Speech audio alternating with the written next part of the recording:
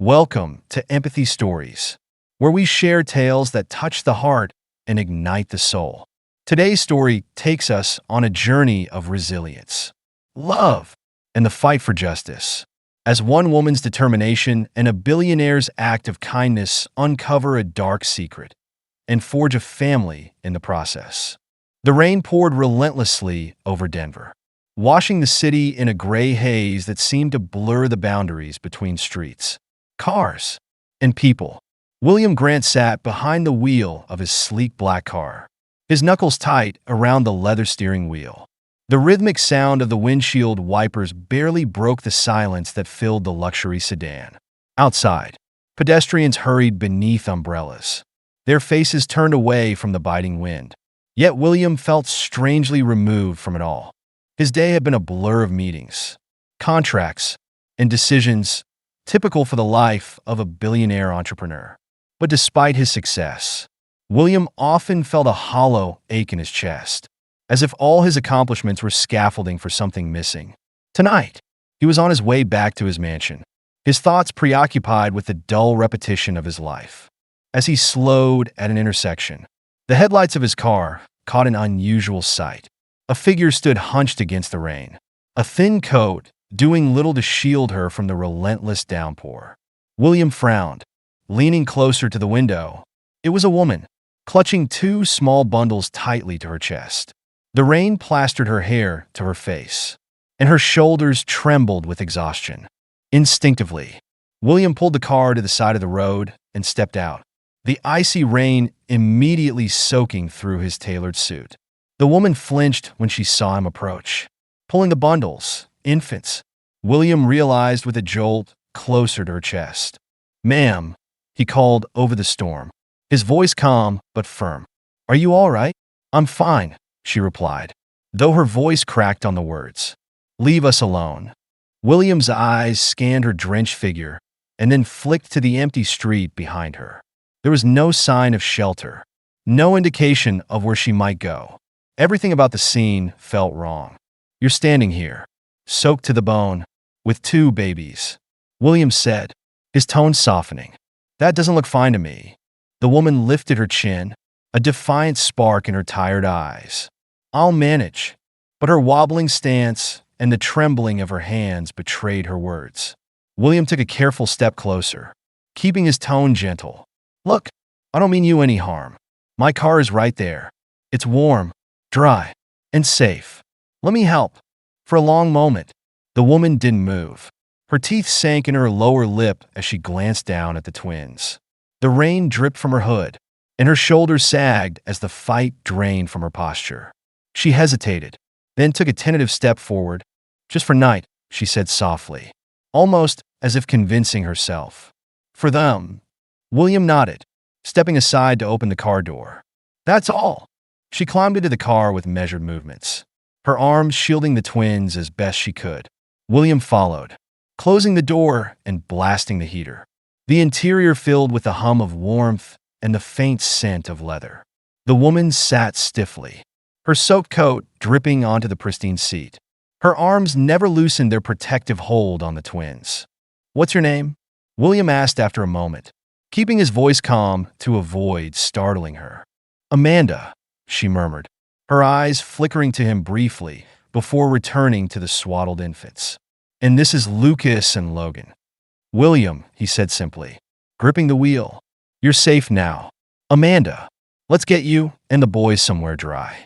The drive to his mansion was quiet, broken only by the sound of rain against the windows.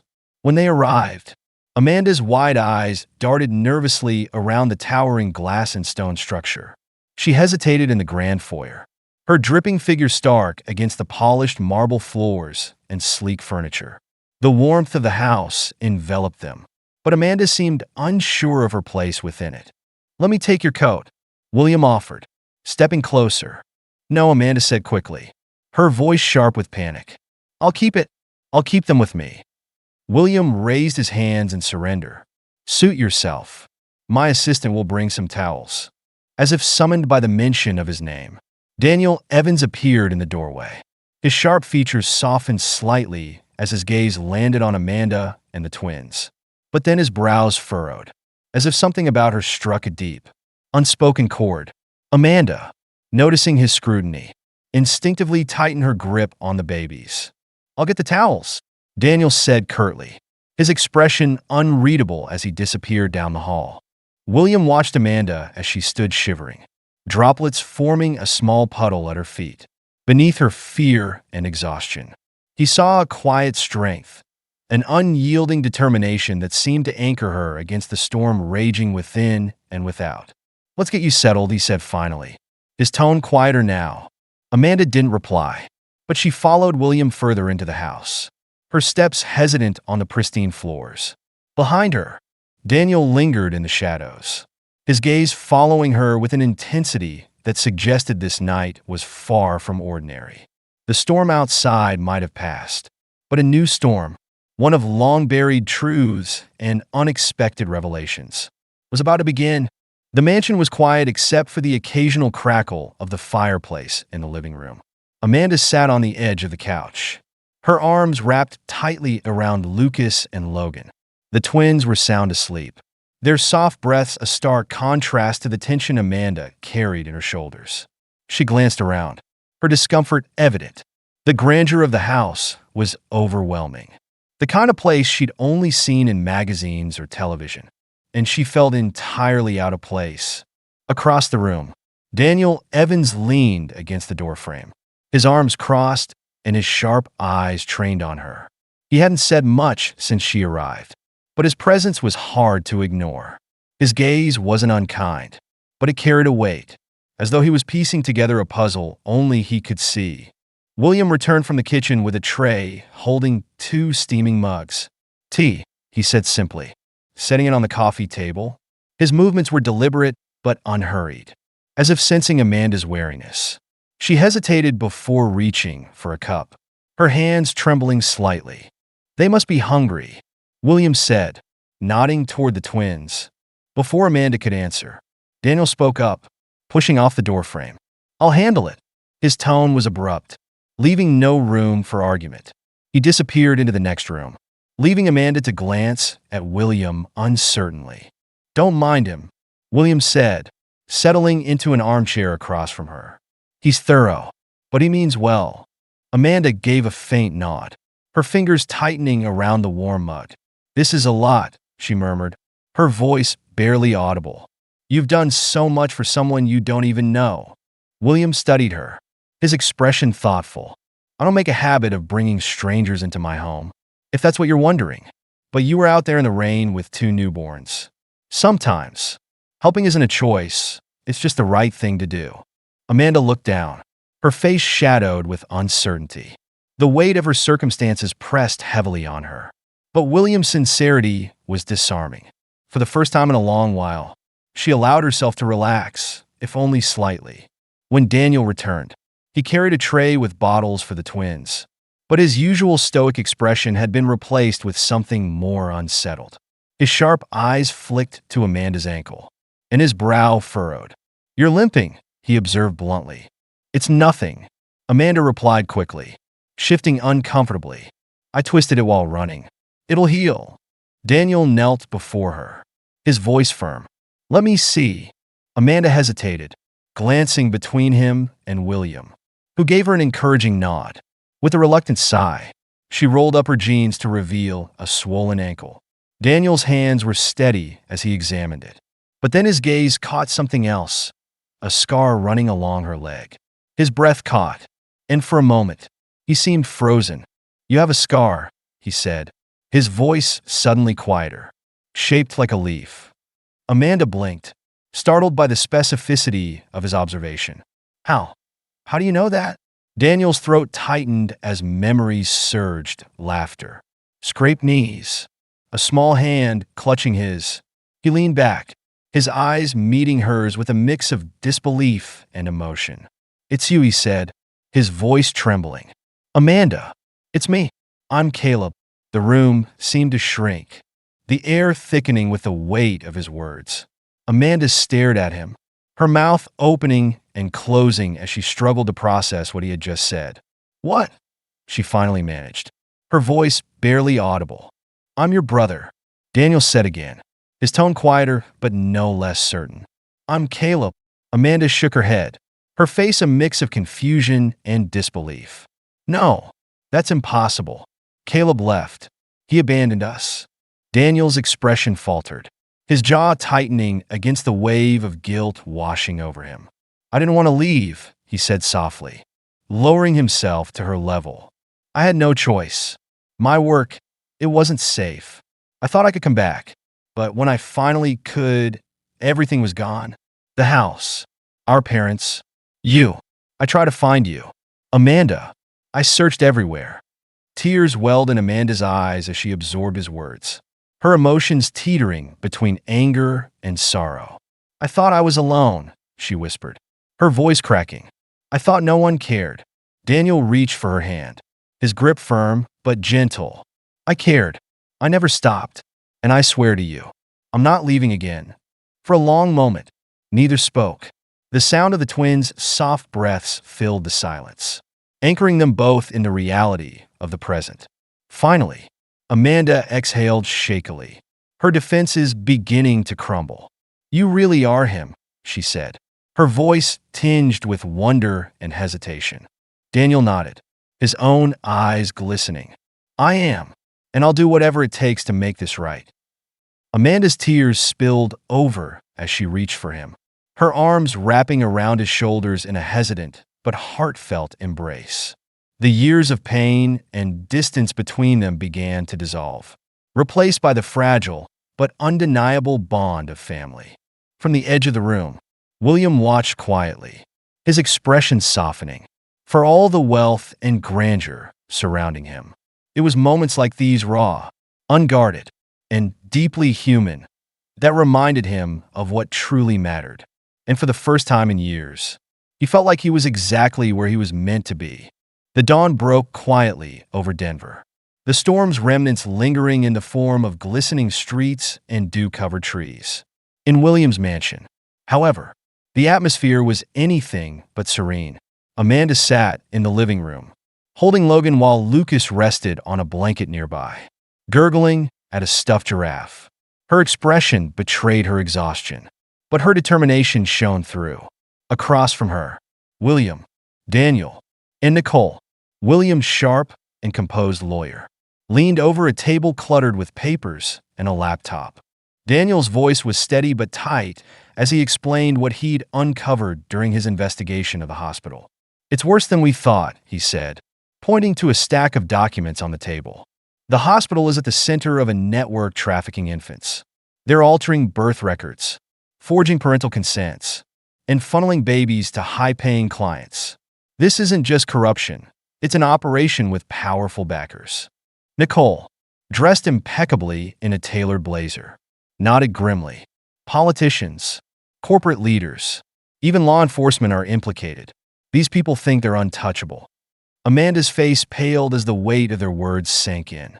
So it wasn't just me, she said quietly, her voice tinged with disbelief. They've done this to others. Daniel placed a reassuring hand on her shoulder. Yes, but we're going to stop them. We'll make sure no one else has to go through what you did. Nicole tapped her pen against the table. The evidence we've gathered is solid, but we need more. Enough to make this operation implode from the inside out. We also need to act fast. They're already suspicious. William leaned back in his chair, his expression thoughtful but resolute. We'll take them down, but we'll do it smartly. No unnecessary risks. Amanda, I promise you, we'll keep you and the twins safe. Amanda nodded, though her hands trembled slightly as she adjusted Logan's blanket. I trust you, she said softly, her voice carrying more hope than she had felt in years. The plan unfolded with meticulous precision.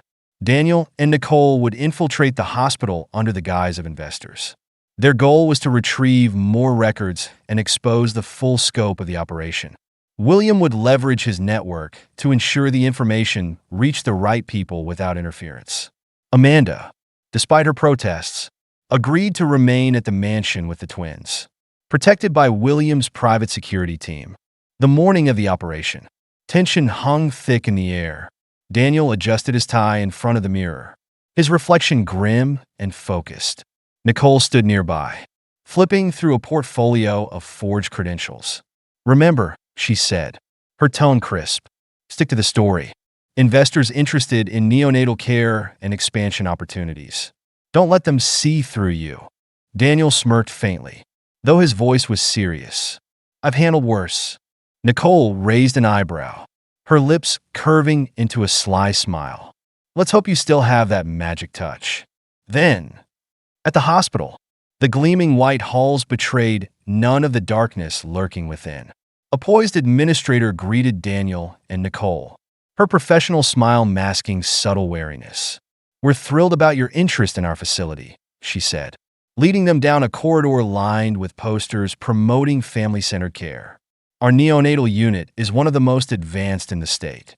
Nicole nodded, her voice businesslike. "Impressive. We're particularly interested in how you handle high-demand situations. Efficiency and transparency are key for our portfolio." As the tour progressed, Daniel's sharp gaze caught the telltale signs of secrecy: hurried whispers between staff, locked doors labeled authorized personnel only, and nurses who avoided eye contact. At one point, he excused himself under the pretense of a phone call and slipped into a restricted records room. His practiced hands worked quickly, bypassing the lock and accessing the hospital's computer system. What he found was worse than they had imagined: falsified birth certificates, adoption paperwork missing parental consents, and cryptic financial records pointed to a vast and sinister operation.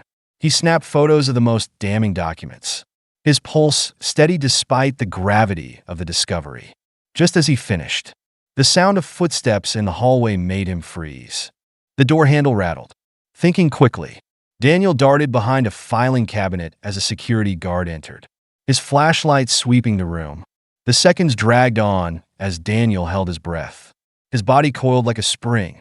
When the guard finally turned his back, Daniel slipped out of the room and back into the corridor, blending into a group of visitors near the entrance.